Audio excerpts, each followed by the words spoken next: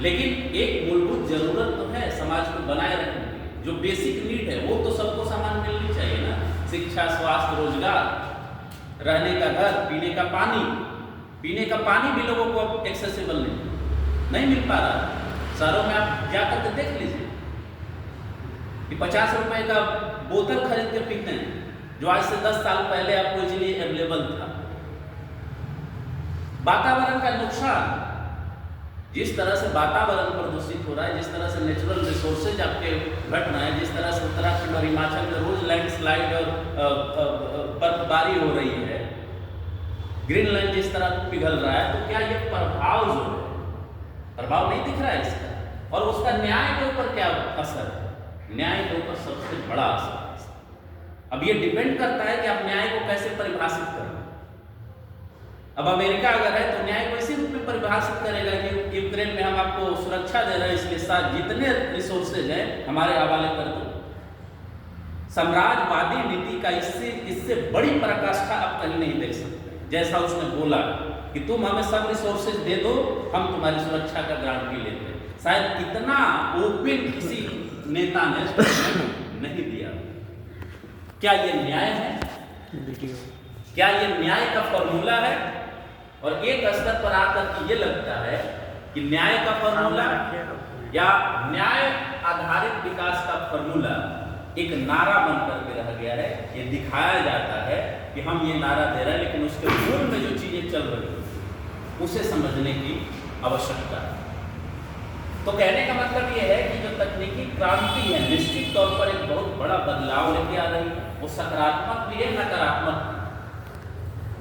उसी से विकास तय हो रहा है, उसी संरचना में तय हो रहा है। तो फिर वही सवाल आता है कि संरचना में भी बदलाव करना होगा। ऐसा नहीं है कि बदलाव हुआ नहीं, बदलाव हो रहा, लेकिन जो स्पीड होना चाहिए। जैसे हम लोग बार बार चर्चा किए अपने स्टडी सर्किल में ऑक्सफैम रिपोर्ट, जो ऑक्सफोर्ड का एक ग्रुप है वो रिपोर्ट रिलीज करता है, तो उसमें बताया गया बदलाव तो बहुत हुए, लेकिन वो बदलाव सरकारी फंडिंग से हो रहा है। सरकारी फंडिंग के द्वारा ये सारे रिसर्च तकनीकी क्रांति के हो रहे हैं, ये भी आपको सच्चाई जानना चाहिए।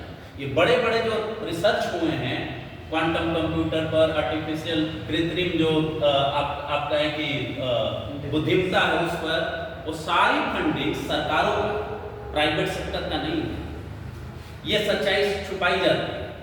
और उसके बावजूद जब इस तकनीकी क्रांति के वितरण का जब बात आता है, डिस्ट्रीब्यूशन का बात आता है, तो ये कुछ ही लोगों के हाथों में सीमित हो जाता है, कुछ कंपनियों के हाथों में ये सीमित हो जाता है। तो संरचना तो आज भी वही चल रही है ना। तो विकास को जब हम डिस्कस करते हैं, न्याय को डिस्कस करते हैं, तो उसके वितरण को भी समझना होगा। केवल एक जगह पर नहीं कि तकनीकी क्रांति में उत्पादन हो रहा है, ये बन गया, ये बन गया, ये बन गया, उसको एक्सेस कैसे किया जाए? कौन एक्सेस कर रहा है? कौन तय कर रहा है कि कुछ ही लोग केवल इस तकनीकी का इस्तेमाल करेंगे, बाकी लोग उससे वंचित हैं? और अगर ऐसे हैं तो विकास कितना दूर तक चलेगा? ये मॉडल कितना दूर तक चलेगा? ये न्याय कितनी दूर तक चलेगी? और क्या समाज में शांति बनी रहेगी? लोग टॉलरेट करते रहेंगे?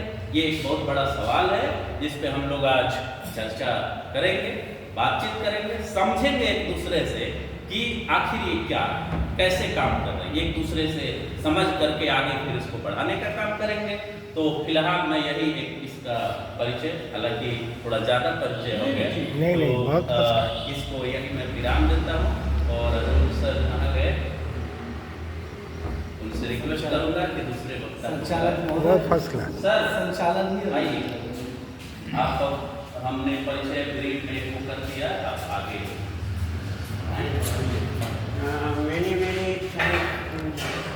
इसको काट